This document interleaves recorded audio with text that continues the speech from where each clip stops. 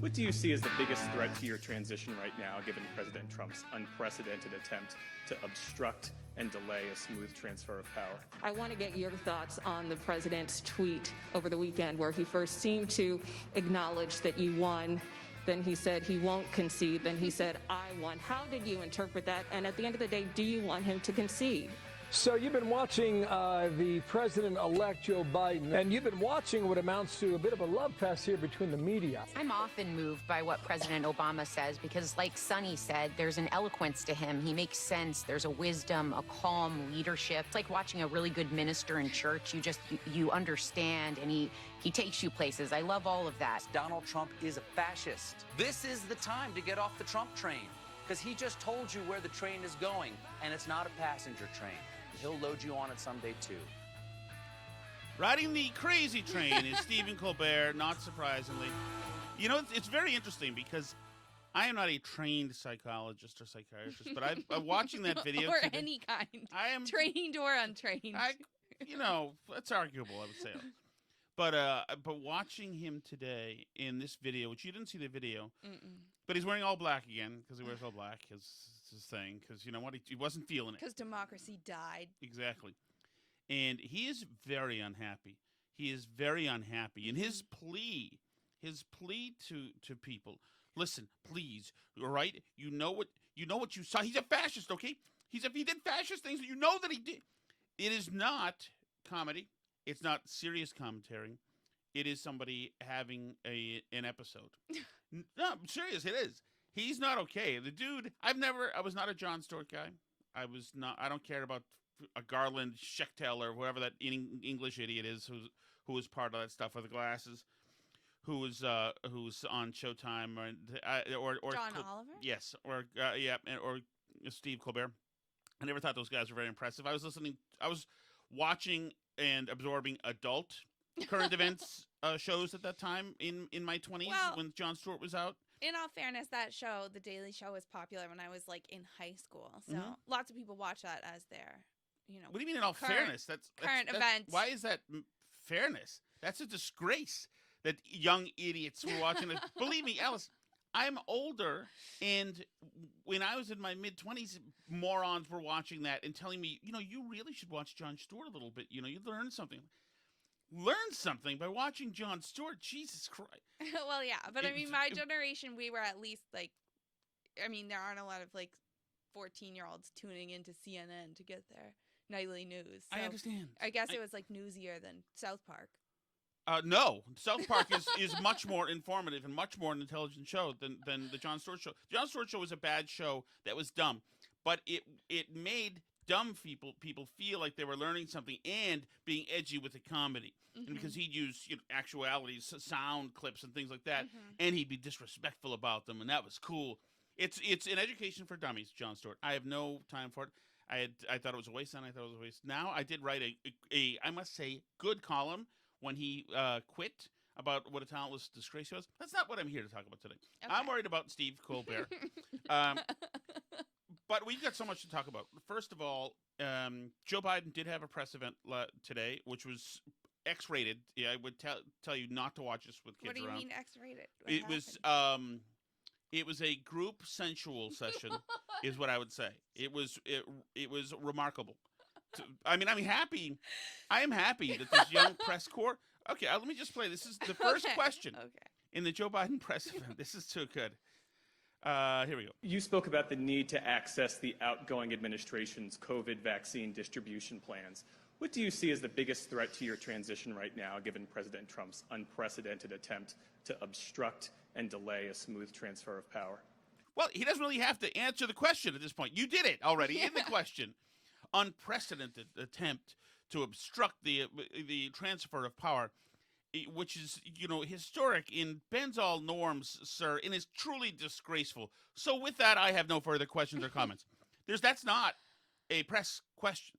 That is answering the question in the question and allowing, if you'd like to, just tee this or knock this putt in that I've set up for you here so wonderfully, using all of the abrasive and accusatory language I can muster up, sir, if you deign to just put a cherry on top, feel free. If not, that's fine too. We've already written. All of us have already written everything we intend to write.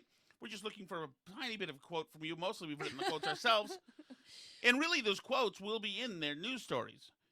When asked if he would condemn Trump's unprecedented, historically dark, tyrannical maneuver at. So, I mean, it's already in there. So Biden has very little work to do. It's like, how everybody made fun of the OAN girl? Is it Chanel Ryan? Is she the one who was at the White House?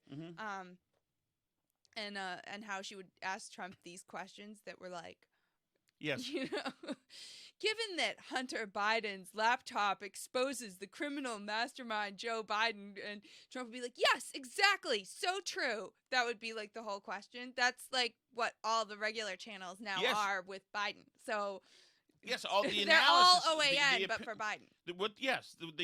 They cook the opinion and analysis right into the question, which is fine. But you're right. This is OAN. They always were, except for the last 4 years. They always were just embedded propagandists, but it's fine. So Biden has no work to do here. More people may die if we don't coordinate. Look, as my chief of staff, Ron Klain, would say, who handled Ebola, I would say the excitement level in the presidential press conference is about to take a precipitous fall straight down a cliff. Oh, my God. And Trump, as a private citizen, will be talking about the poor ratings for Biden's presidency. Vaccine is important.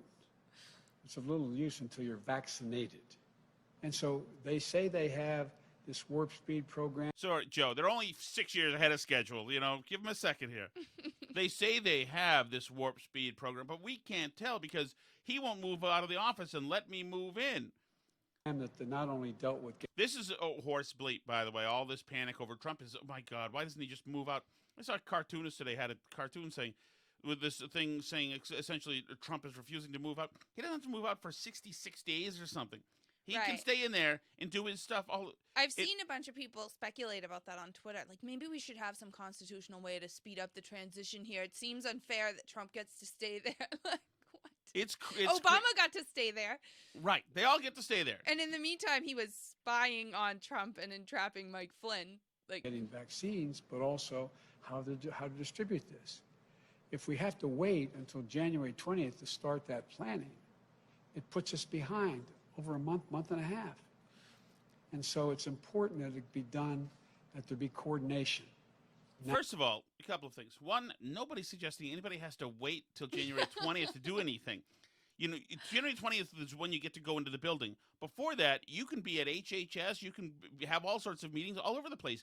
Biden has been bragging about the fact that he's already working with foreign leaders and domestically with companies and unions. And today, I don't have that, but today he said, we were working with businesses and unions, and they're all thrilled, and he's already doing all this stuff. Also, every hack bureaucrat that's in Trump's HHS, unless Trump fires him, will still be in the HHS when Biden gets in there. And then it's Biden's turn to go whack everybody he wants and keep his own guy, get his own guy in there. I know, but Trump's not personally distributing the vaccine. So, to your point, the people are all going to still be there who have worked on the plan. It's not like going to be a clean break from one group to another and no one will have any idea what's going on. Right. No, this is all, it's all ridiculousness. It's all theater. People like Stephen Colbert and these other folks, most of the people in Tapper, who's just totally a broken man on TV and wants you to see, and this is incredible that we're seeing this, the sitting president of the United States. Calm the hell down. Calm down, everybody. You calm down if you're nervous about this stuff. There's nothing to be nervous about. Donald Trump, first of all, does not have a record of flouting the law and completely, taking an autocratic approach, regardless of regulations and guidelines. This is a guy who's not been arrested in his life in New York. A town I'm told, although I completely denounce this accusation, I'm told is a mob-filled town. It certainly was when Trump was doing business there. Trump managed to stay out of trouble plenty of times. So this is not in his DNA to want to be a lawbreaker for no reason, or to want to destroy his brand, which that would certainly do if he was trying to hang out at the White House. Right. He's not exactly like a criminal mastermind. Right. By the way, we will. we were overrun by bogeys yesterday. And if you watched the video, you saw it. If you were listening, you heard. Yeah. And we will read those letters and everything else we have. We'll finish today. up our mailbag today because, yes, the cameras all got knocked over in the middle of the video. I want to get your thoughts on the president's tweet over the weekend where he Why does Biden even have to be there? Could you just address this SOP in the office, sir, while we're dealing here? first seemed to acknowledge that you won. Then he said he won't concede. Then he said, I won. How did you interpret that? And at the end of the day, do you want him to concede? That's a tough one. At the end of the day, do you want him to concede? There's the actual question, and that's it. I'm going to go out on a limb here. And take a guess. Yes, I'm going to suggest that maybe he does prefer that Trump, by a narrow margin, prefers that Trump concedes. Interpret that as Trumpianism. We understand what you meant, Joe. No change in his modus operandi. I think the pressure will continue to build. Look, I'm having a lot of meetings with world leaders on the telephone. I cannot get into negotiating with them about things that are going to be done, but they're calling with some degree of enthusiasm. Everyone from I know everybody's going there, but remember the days when you couldn't be talking to world leaders on the telephone about things that the country's going to be going in the direction the country's going to be going in, to try to suggest they ease off sanctions like Trump did with Russians, which was a horrible thing. One of the reasons Michael Flynn was in jail. From the Holy Father to prime ministers across the globe. And so we're moving along knowing what the outcome will be. Sounds good. By the way, he definitely sounds full of energy and up to it.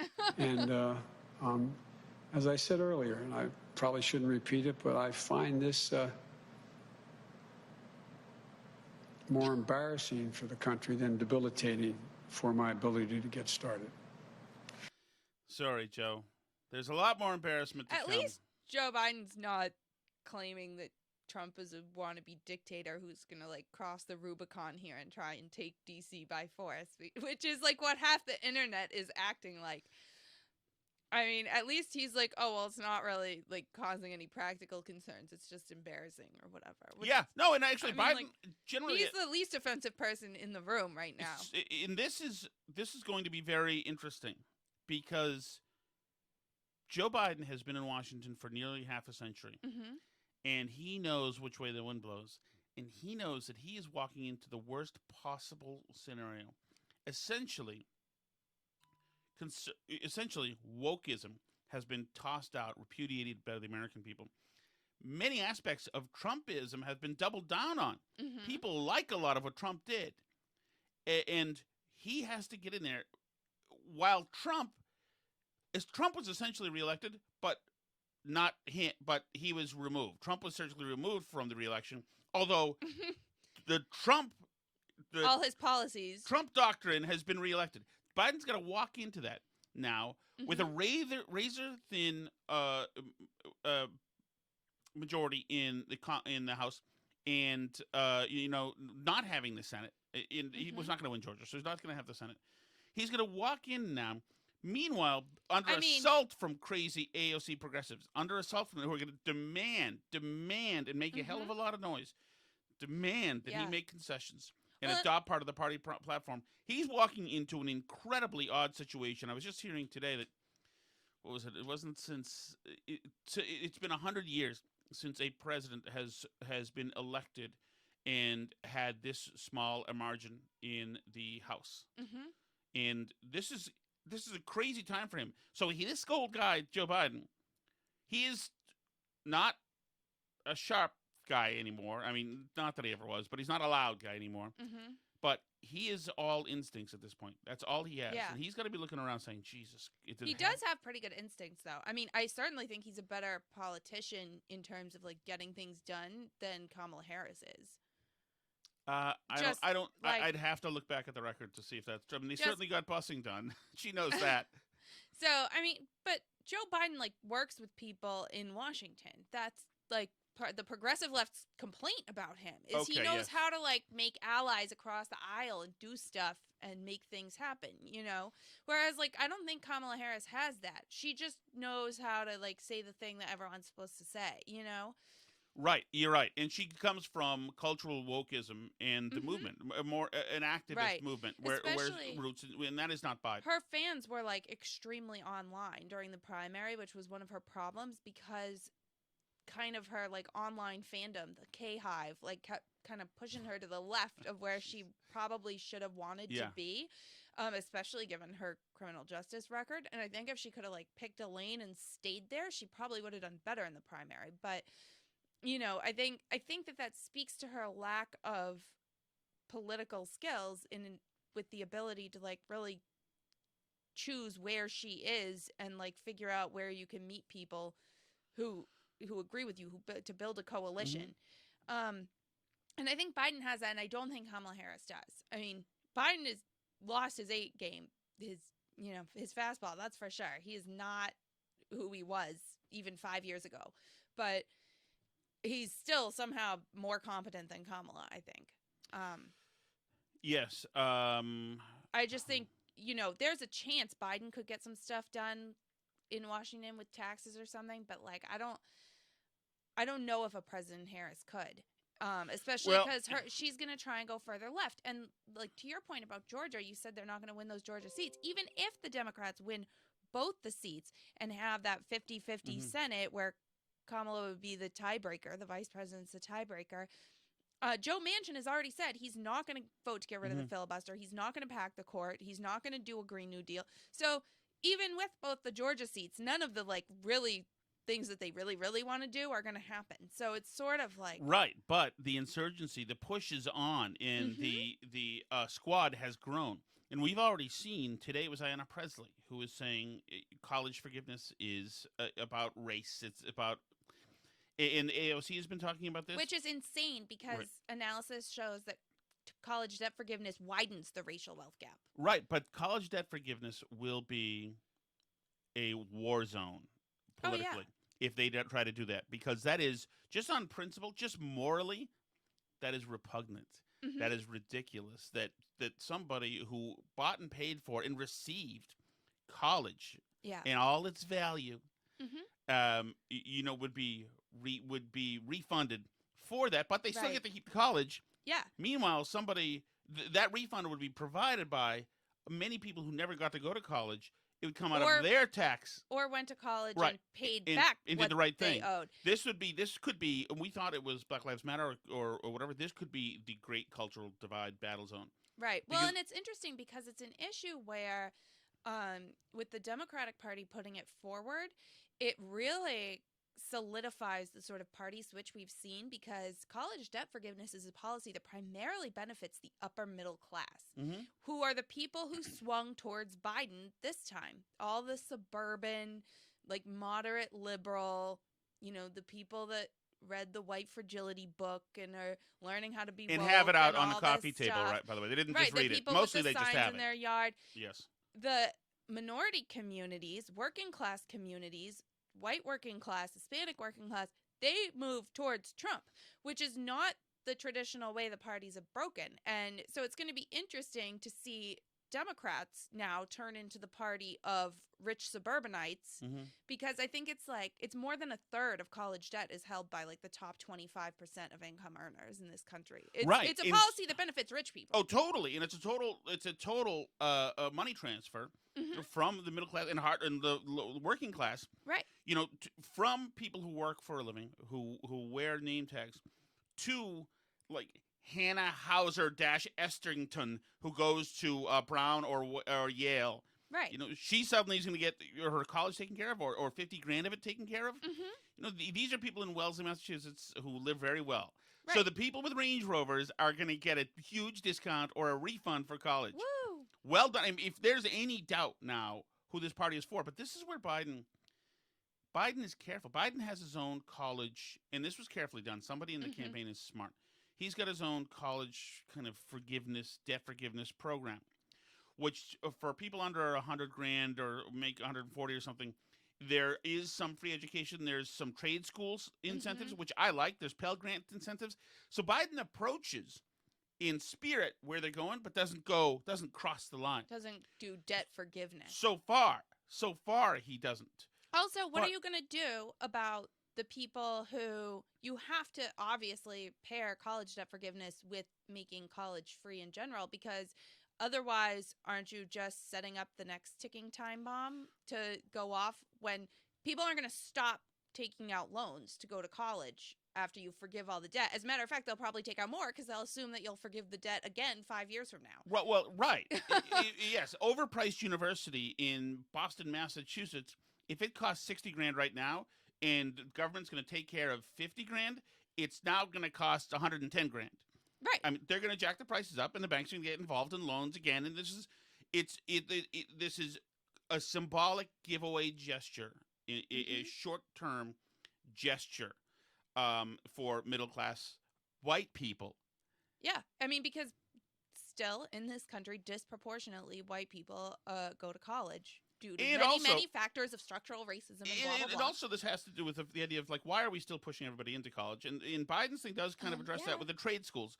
I think trade schools, why are we pushing everybody into college? These huge overpriced brick and mortar freaking, societies of elite progressivism. Why? And because your kid goes out there and learns to be an angry Antifa person who knows all about intersectionality and critical race theory and has no skills to work, we're going to reward we're going to reward these people? Right.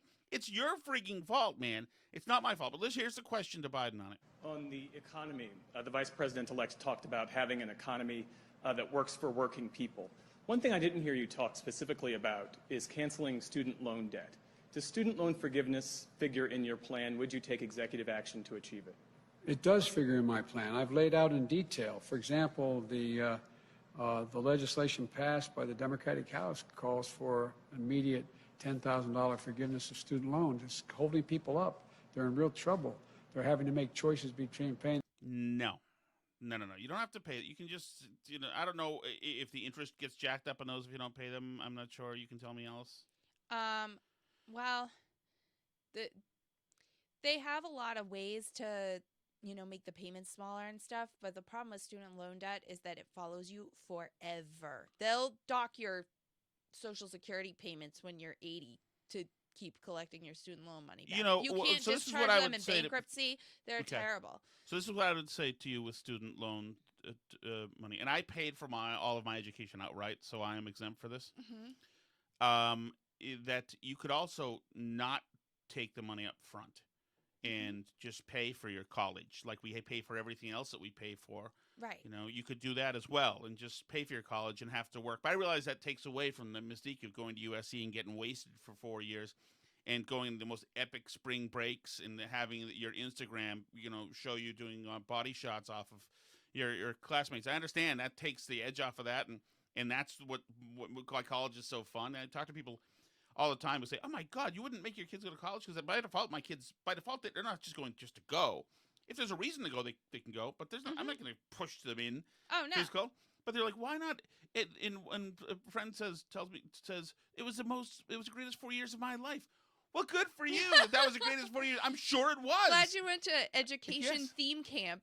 Right. That's what I thought when I went to college. I was like, wow, it's like everybody's at like the Disney World college exhibit. Like it's a theme park where you pretend to be getting an education for 4 years. Like you have the dining hall and it's the about dorm time and that there be a reckoning here and a correction, I would say, on universities. The student loan and paying the rent, those kinds of decisions. Hold on. Student loan and paying the rent are two totally different things. You have to pay the rent because if you're not inside away from the elements, then you'll die. Going to student college and hanging out in the quad, and I would say in my day playing hacky sack. I don't know if that exists anymore. But going to frat parties, if those exist anymore, no, that is not a necessary piece of life that you need to survive. Should be done immediately.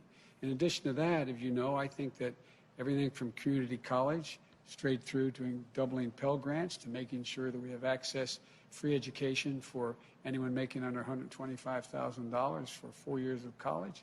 And there is a program that exists now under the law that forgives students. I'd like to see the incentives into trade schools are interesting. Community colleges, those are a valuable thing. And Yeah. I would say that. But they're also not that expensive to start with. Most Right. high school trade schools are free. They're Well- public schools. And then, I think, I don't know what it costs now, but the Massachusetts community college system was like a couple grand per semester.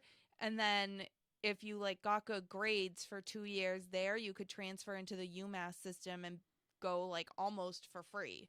Or you could have a skill And getting the out of there. UMass You could go to Bunker Hill Community Yeah. College and get a skill, in some kind of networking or programming, Right. and go get to be employed immediately and go start making a lot of money. Loans for being able to Student loans. engage in. I mean, he can say this because the Republican Senate's not going to go for it. Oh, And yeah. there's only so much executive orders can do. He can't allocate money. I mean, he could use budgeted money and divert it, I guess, for a one-time stimulus shot for college students, I guess. But Jesus, it's funny if they do this, this will clearly create the borderlines between conservatives and liberals, Right. and certainly Democrats and Republicans, because you are now big time picking favorites, and those favorites are not veterans. Those favorites are not the truly underserved. No. These favorites will be, like I said, the Range Rover crowd. And Right. that defines that party. And if Biden is worried and Democrats are worried about already getting blown out in 2022, this is a good way to make sure you get the crap blown out, and including in Georgia. Right now, obviously, if I were a Republican, and I assume they are, they should be running school loan, college debt forgiveness, ads left and right, so that that who's the woman who from Leffler? That one? No, from Full House, who went to jail. Oh, yeah, I know who you mean. I forgot her name. But anyway, Not a Full House person. Yeah, no, you know who I mean. But anyway, so that her daughter, The people who cheated their kids' ways and right, committed doesn't fraud. mean her daughter can't get a refund. Was she kicked out of USC? Did she never get in? No, she did eventually get But in. her daughter, by the way, was very typical of a college student. She was vacuous. She her worldview was a very simple and shallow thing. And she wanted to go to college for the parties. Why not? You're young, you're beautiful. Go to college for the parties. Yeah. I mean, I think actually one of the people who was the celebrities that got caught in that thing, one of the kids didn't even want to go to college, really. The parents were making them. Because yeah. I want to say Larry Loeffler. She sounds no, like that. Kelly Loeffler is the No, Georgia I know, but Senate the person who we're talking about has a name that sounds like that. Fleffler. I don't know who it is. Carol Bleffler. She was the mom was somebody my age. Didn't they Photoshop her out of the the thing that ran on Netflix? What the hell is her name? Somebody's going to remember and be mad at us. I can and Google it right now. No, don't. We can't. Why? Valerie Loeffler. Plefa Cleffer. Is it Melissa or something? or- No, she had a beautiful name. She was one of the all-time beautiful actresses of the 1980s. They're engaging in public service. I'm going to institute that fundamental change in that so it's able to be available to everyone that, in fact, is engaged. It's not being very well managed right now. So I'm going to do all of those things. Thank you. Thank you, Joe. Mostly he's not going to do much about it. Yes. Because these programs have all existed and people don't want to take advantage of them because they don't want to work in civil service for 10 years or whatever stupid thing it is. You have to be a teacher for 10 years and stuff.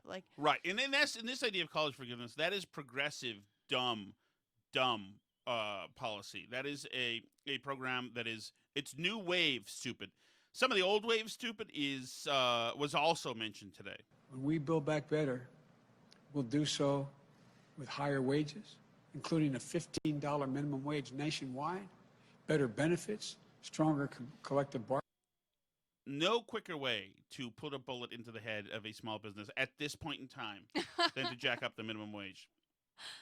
Oh, yeah, they're already barely surviving on takeout orders that make up a third of what their business used to be when people were allowed to go eat at the restaurant.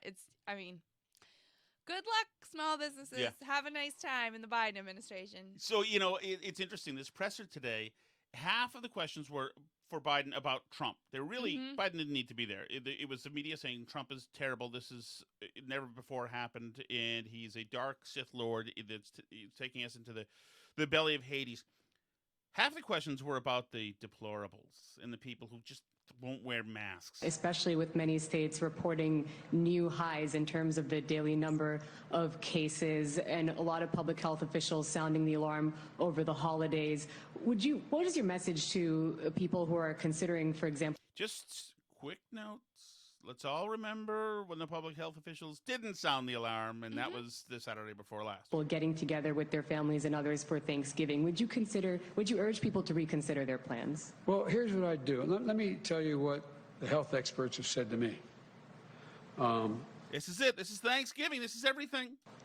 And it's not because I'm unique and president-elect. It's because of my family.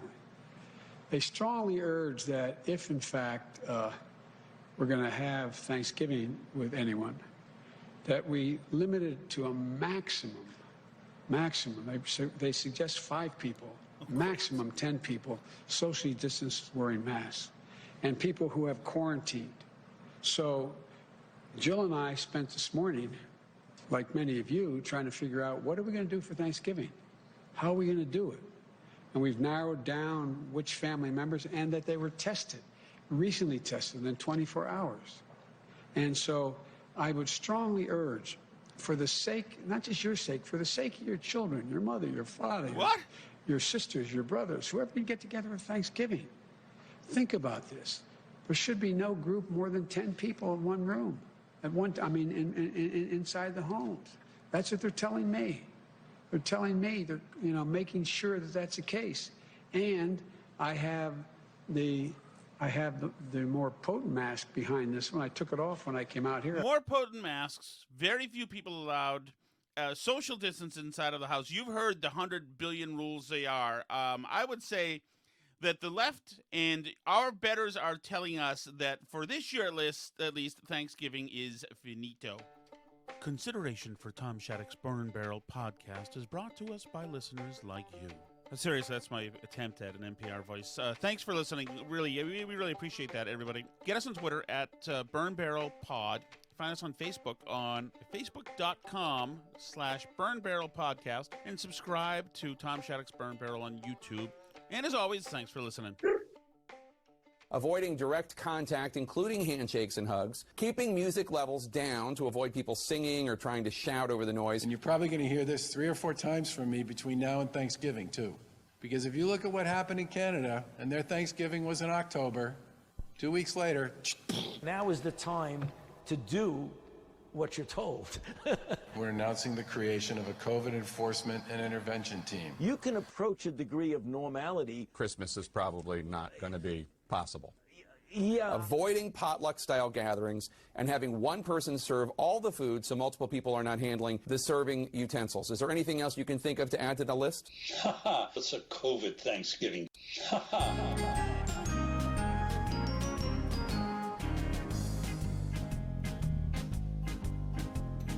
Follow the orders and wear your mask. Don't send your kids to school. The state knows the way to keep us all safe if we follow the COVID rules. Follow the orders and wear your mask and keep your business closed. We hope you'll be fine while you can't make a dime and Amazon grows and grows. We hope you'll be fine while you can't make a dime and Amazon grows and grows. Follow the orders and wear your mask. Don't stay up past 9 p.m. Keep washing your hands and don't see your friends in groups of more than 10. Follow the orders and wear your mask and stay 6 feet apart. No hugs for mom till COVID's gone. We need you to be smart. No hugs for mom till COVID's gone. We need you to be smart. This is great. I'm having so much fun. Oh, isn't this wonderful? I love COVID Thanksgiving. Remember what happened in Canada? Mommy, I just counted. The neighbors have 12 people over. Should I call the hotline? Yes, Susie, you know the number. I hope I get to be the government-authorized food server this Thanksgiving. I'm sorry, honey. Your brother's doing that this year. But you can have the job on Christmas. A degree of normality day. Follow the orders and wear your mask and turn your music down. Don't sing any songs or stay too long or pass the food around. Follow the orders and wear your mask. Don't travel out of state. If you relax when you come back, you must self-isolate. If you relax when you come back, you must self-isolate. Follow the orders and wear your mask. Keep an eye on who's next door. If they gather in groups, we'll send the shock troops any cost to win the war. Follow the orders and wear your mask. They know what's best, they say. There'll be no fun till the cases are none, for this is Thanksgiving Day. There'll be no fun till the cases are none, for this is Thanksgiving Day. So there you go. Thanksgiving Day 2020. It's going to feel a lot more icy, cold, steely, impersonal, Right. dark. Hope you can keep track of all that. We tried to get it all down in one good, solid list Regimented. for Regimented. Who knows what'll happen? Who knows what'll happen? Oh, man. So on the West Coast, Gavin Newsom, by the way, is going nuts. He is calling for a curfew very shortly, I believe, and that's going to be crazy. That's going to be crazy. There's a pretty good recall effort going on now for Gavin Newsom. So this will be interesting. But as you can see, two bogeys have overrun our defenses and have made it into that's Cyril Shattuck. That's Anson, who, by the way, had a great part. I'm not sure if I can see him. Had a great part in the bit you just heard. But we forgot to play this yesterday. There's in Georgia, there are runoff elections happening. The 2 Senate seats are up there. One of the Democratic candidates is named Raphael Warnock, and this guy is proving to be problematic. Republicans are already favored to win, and this would give, if the Republicans win, would they be up by 3? If they win both, they'll have 52, I think. Okay, so listen to this. This is one of the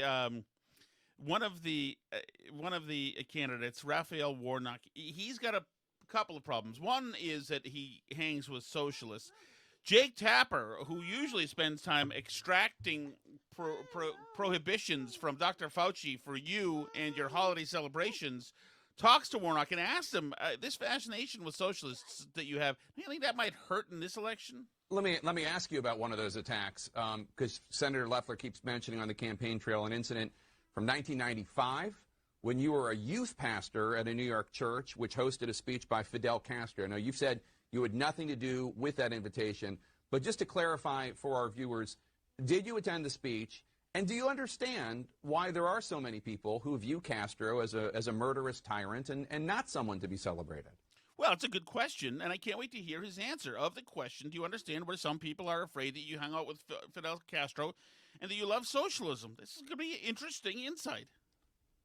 I'll tell you what I understand. I understand why Kelly Loeffler is trying to change the subject. I was a youth pastor. I had nothing to do with that program. I did not make any decisions regarding the program. I don't know how I got in the room with Fidel Castro. I've never met the Cuban dictator. And so I'm not connected. Met is an interesting term. You know, photo op, handshake. To him. I'll tell you whose names are on the ballot. Raphael Warnock and Kelly Loeffler. This race is not about anybody else. Let me ask you about one of those attacks, because Senator Loeffler keeps mentioning on the campaign trail an incident from 1995. There you go. This is the same thing. So there you go. I don't know that he was all that forthright in answering that question, but sorry, I also cut your mic because the kids are using it right now. I'm going to say if the Senate thing doesn't work out, he could maybe get a gig as a Biden press flag, because he could give TJ Ducklow there a run for his money with the non-question answering. Those are cynical words, Alice, for you to say, because there's only 2 names in that race happening, and they're Raphael Warnock and Kelly Loeffler. And to bring my friend TJ Ducklow into this is low. Oh, this is Warnock. This one might be harder to get away from. No matter what happens next month, more than a third of the nation that would go along with this is reason to be afraid. America needs to repent for its worship of whiteness on full display. So I think that could be problematic, actually, because when he says America needs to repent for its notion of whiteness, I think that that he meant that. And that could be considered something. And that was him speaking, correct? Not Fidel Yes. Castro, who he's never met. Yeah, that was the name of that person is in this race, actually. I'm pretty sure. So we'll see how that goes. I don't like his chances, but I think George is a foregone conclusion. That's why this is so exciting. What's going to happen? Meanwhile, if you're worried or just upset that Trump lost or that the election was stolen by Trump, I would say this: every election is stolen a little bit, and that's why it's good to win by a lot. And and Trump will be just as vocal outside of the White House, if not more vocal, and certainly more able to be an influencer than inside the White House. Have you seen the Twitter rumors that he's thinking about buying CNN? Really? Yeah. Really? I mean, I don't know. This is like out there Twitter rumors, but imagine what he would do with CNN if he owned it. Oh God. President Trump. I just enjoy thinking about it. I doubt it's true, but first of all, I don't know if he has any money to speak of, but President Trump, I pray to you for this, please. One, obviously, my consulting services are available, but my only prayer is that he keeps everybody who currently works there on and freely walks onto the set to terrorize Don Lemon at any moment when he thinks to terrorize everything and possibly fire them. Do you think anybody would be joining Substack with alacrity? I think it's more likely he's actually looking at Newsmax. That's a rumor that I would give a little bit more credence to. I've heard that, and make it a competitor to Fox News because he's mad at Fox News now. Yeah. That is not a relationship that has aged well. But not everybody. Some people at Fox News are declaring their fealty right now, or lack thereof. But Bill Hemmer is on board with Team Trump, with the Trump train. So you've been watching the president-elect Joe Biden. If all these legal challenges fail, I'll bring in Andy McCarthy to address that in a moment. And you've been watching what amounts to a bit of a love fest here between the media. At the beginning, at the outset, Joe Biden said we're going into a dark winter, something he said earlier. Then a bit later, he recommended no more than 10 Americans in a single room for Thanksgiving. Let's bring in Mark Teese. Yada, yada, yada. Anyway, you've a love fest, he says. I love it. And there were a lot of love fests going on today. If you watched any of The View, and you don't watch The View, there's no reason. The View, Alice, I can't, I have trouble. My worry is this, Alice, and this is going to be considered sexist. So I need you to say it instead of me. This is what Alice told me today. She said that her worry is that if an alien came out of space and landed in America or the world and simply started watching The View, that their feeling is that women were not brilliant. Do you stand by that? Wow. But it's not fair, but it just so happens that the emotional horsepower displayed on The View day to day is underwhelming, to say the least. Okay. Did I say emotional? I meant intelligent. Right. Intellectual. I think it's possible that the emotional horsepower is there, and we're about to hear. Oh yeah, the emotional. But I think it's possible that an alien, if they watched, like, what's the sexist Fox News one where there's like 5 Outnumbered? Yes. If they watched Outnumbered, they also might not think women were brilliant. But no, who's the host of that? I don't know who's main. She's on really it right great. Now, but. She's take that back. Can I just say it was so pleasant? This is I forgot her name. We always play her. She's the Sunny Houston, I don't know. Houston. On The View, and she's talking about Barack Obama has a new book out, which of course is the greatest tome ever written. It's barely his third book about himself that is out, and of course he's on the book tour, and people are just gushing over. My God, what a wonderful and decent person. Couldn't we just? Too bad we don't have this now. Can I just say it was so pleasant to see a president speak eloquently and elegantly and in a measured way. It was like, I was like, is this where we were for 8 years and we came to this? I'm often moved by what President Obama says because, like Sonny said, there's an eloquence to him. He makes sense. There's a wisdom, a calm leadership that I feel. It's like watching a really good minister in church. You understand, and he takes you places. I love all of that. If one of my friends said this, one of my guy friends, I would punch him in the head. You can't talk like this and be an analyst. You're an analyst. He makes me feel so good. I understand he makes you feel so good. in every room, he could sing like Al Green, and he was a classy guy and a nice family, and he was an articulate guy and a great, and he was he had a good temper about him, etc. But you know what's also fun is record low unemployment is also fun. ISIS being destroyed is also fun. You know, intelligence services not going after the media is also fun. Not having to pay as much in taxes is also fun. Exactly. A lot of things are great under Trump that weren't under Obama, and you know, I don't like Trump any more than they do, probably. No, but because the girls on The View loved him and felt so warm and cuddly thinking about him. And this new guy's just a vile jerk. Because of that, because they want warm and fuzzy back, you have to pay more in taxes. We have to do more wars, and you know, we have to pretend terrorism isn't happening while it's scourging its way across the earth.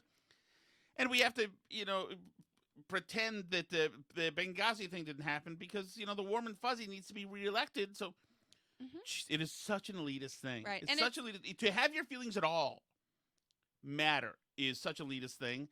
Oh, I feel good about voting for warm and fuzzy, and I also have a sticker that says I voted. There you go. Yay. It doesn't matter. It has no idea, you know, what the guy's platform was. The destruction that was happening. The division. Black Lives Matter was spawned during the Obama administration.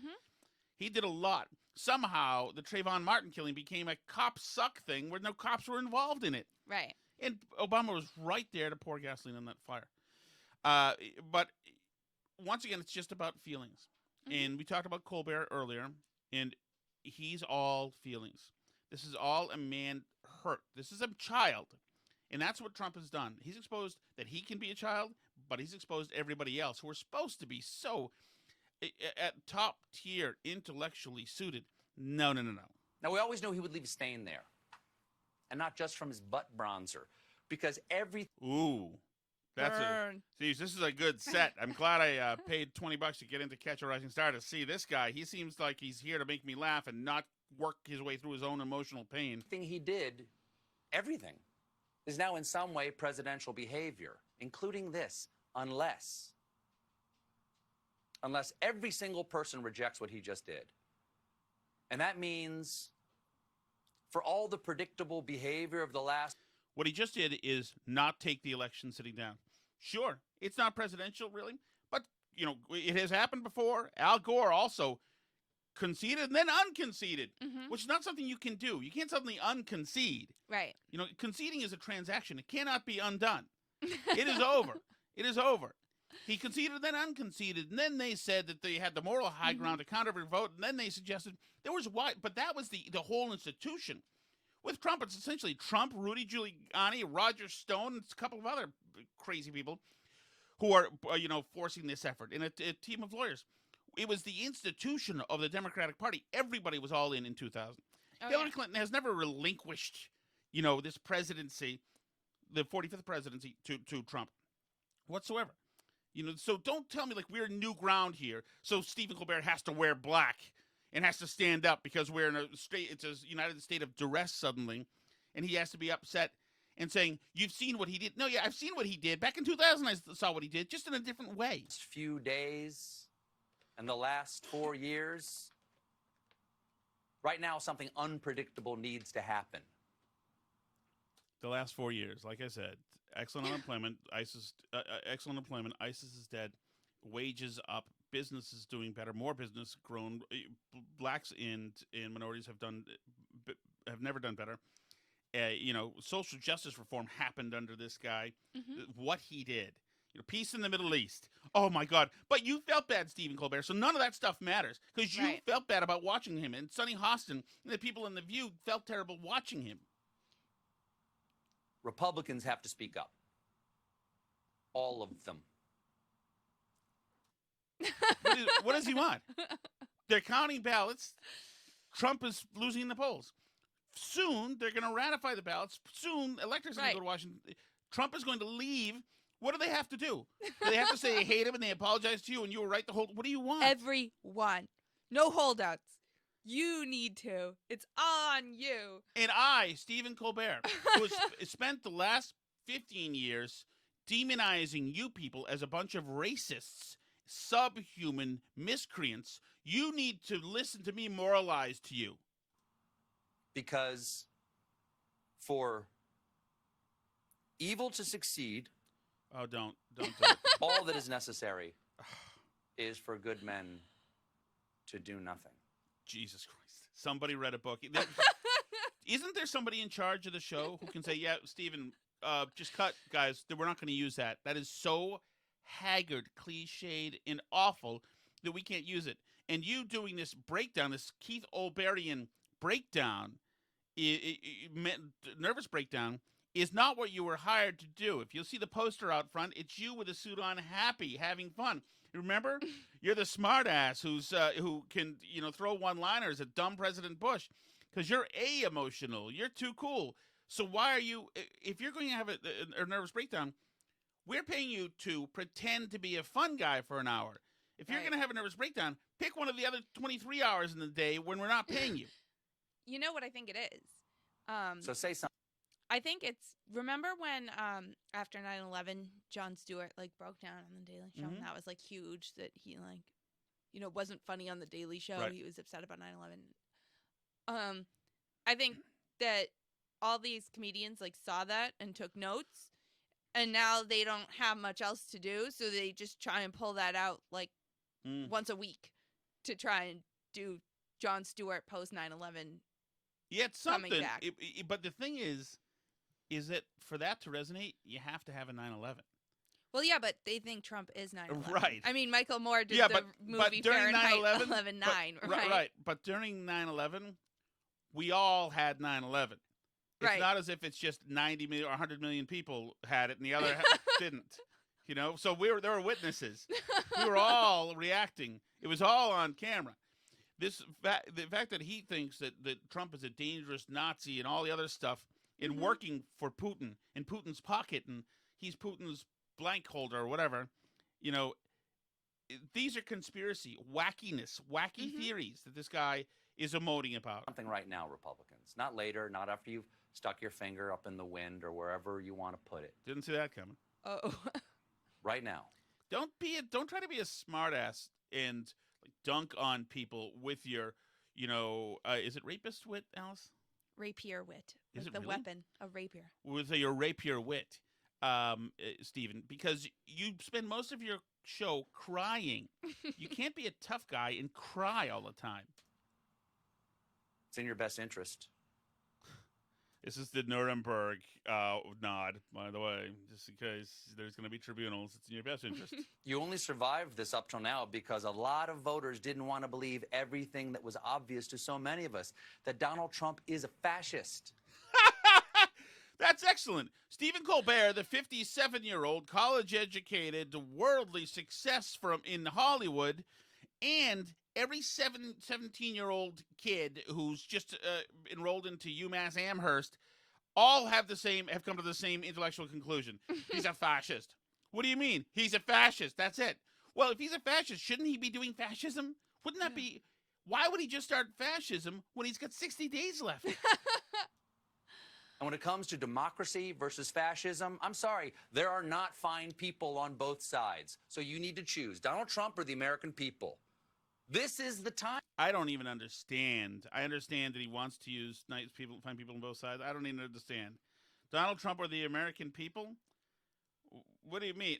So I see what he's saying. He's suggesting that Trump is going to be a permanent man in the high tower situation. Yeah, he thinks Trump's going to take over and do Nazi Germany. Considering Trump now has been a fascist for 4 years, a murderous racist fascist, and now is not leaving the White House and is clinging to power, and is holding on to power in the military in his fascistic, Hitler-esque role. You'd think that Stephen Colbert would start changing his daily schedule a little bit. Well, just the fact that, yes, Stephen Colbert is a free man who's not looking over his shoulder for the secret police. Right. But also, Putin doesn't lose elections.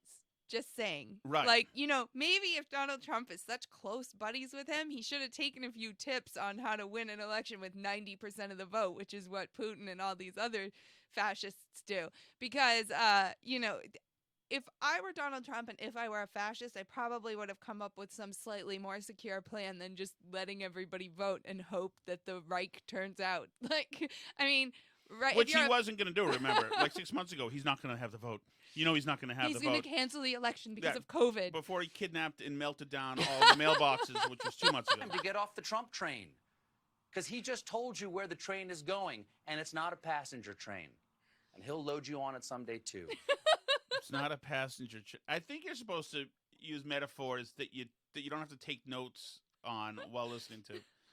Also, like... It's not a passenger train. It's a freight train. But mostly it's coal and other earthly materials. And it's usually, it's taking a southern route is the route it's taking.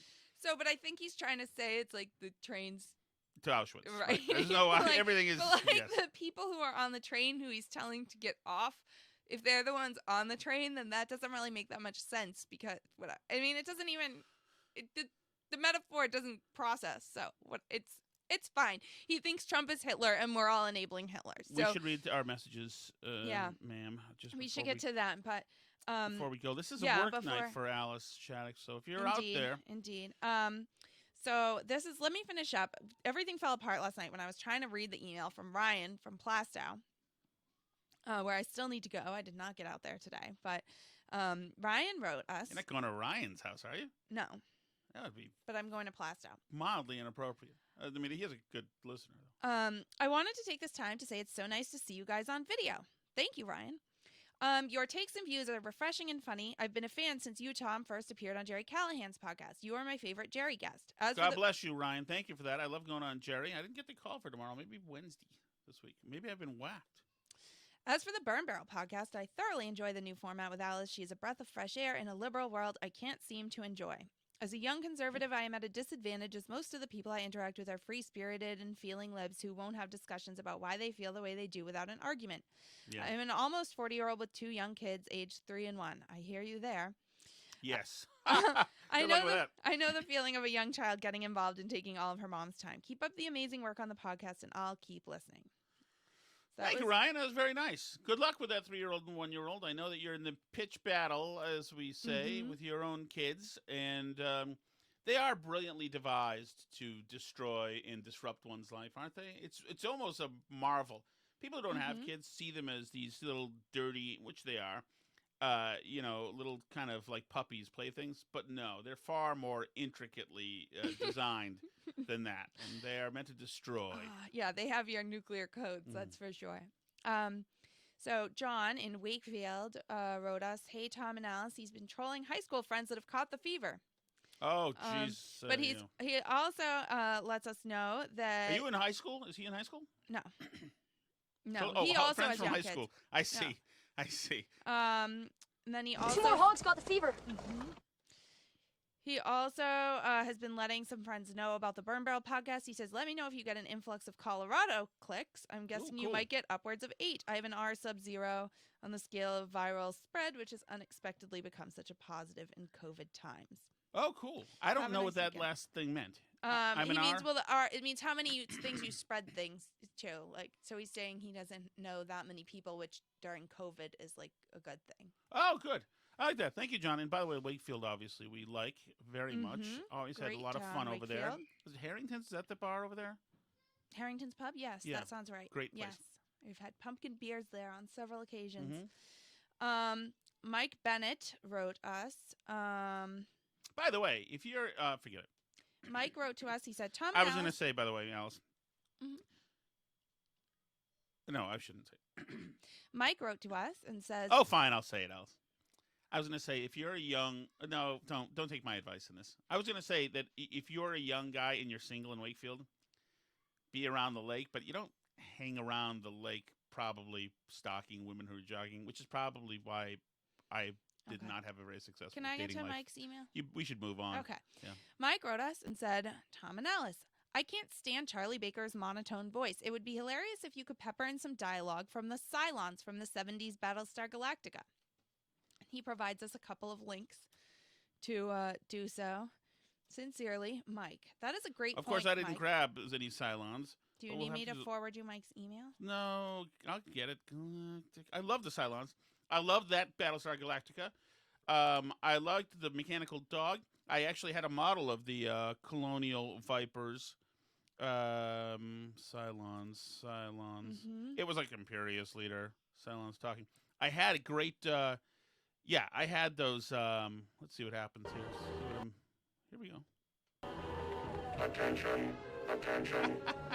His Eminence, the Imperious Leader, will be with us shortly. These guys were awesome. His ship has landed at the Air Dome. Presenting His Eminence, our Imperious Leader. Love it. Scan for identification. The Battlestar Pegasus is not stopping to engage us. Impossible. That is why she is here. Pursue and destroy.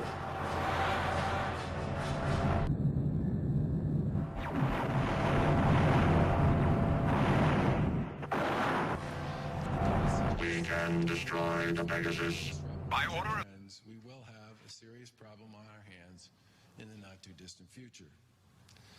We have an army of resources and surveillance. There's some similarity there. Mm-hmm. Yeah, I think the other day, the one with Canada was probably even more. I appreciate that. Who was that again? That was Mike. Mike. And Mike, I love the Battlestar Galactica. What was it? Oh, yes. I saw those Cylons at Universal Studios in '83. We went to. It was the best thing ever. It was the best thing ever. Do you remember the oh my God, I can't remember it. Tales of the Gold Monkey. Maybe you remember that show from 1982 or '83. I saw that plane there too. There was a show that was after Alice wasn't born at this time. There was a show that was I hadn't met her stalking women at the lake yet. There was a show that was based on Indiana Jones. Oh, okay. Yeah, with a guy who has since Seventh Heaven. Who's the guy who got in trouble on Seventh Heaven? Oh, the dad? Yes, the dad. He played the guy. I'm pretty Steven something, I think. Yeah, I think so. I think it might have been Danny in the golf movie. You're no Caddyshack.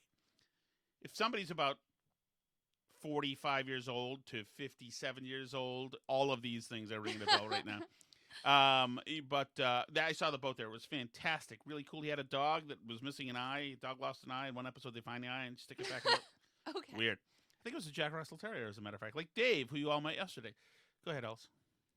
That's it for mail that I have right now that we didn't finish. We have to go through. We've got a whole bunch of Twitter messages as well. Right. Oh, yes. Somebody did point out... you asked in a previous episode who Trevor Lawrence was because you were trying to name Trevor Noah. And our friend Justin, I think his name is on Twitter, did let you know that that's a QB at Clemson. So, which I think is what you meant. Right. Although, you know who I ended up looking up yesterday is Who? Joey Lawrence. Do you remember him? No. Jesus, gonna get me in trouble now. She is over 30, by the way. Let me tell you, okay? Joey, I don't want to talk about it. We'll get into... nobody wants to talk about it, as a matter of fact. All right, Alice, tell 1, 2, 3, 4. Tell the people what you wore. You can find us on Twitter at Burn Barrel Pod. You can follow us on Facebook.com/Burn Barrel Podcast. You can subscribe to our YouTube channel, Tom Shattuck's Burn Barrel on YouTube, and you can shoot us an email, burnbarrelpodcast@gmail.com. Write us a review, give us a rating. Hopefully it'll be 5 stars. Smash the like button on those YouTube videos. C'est la vie.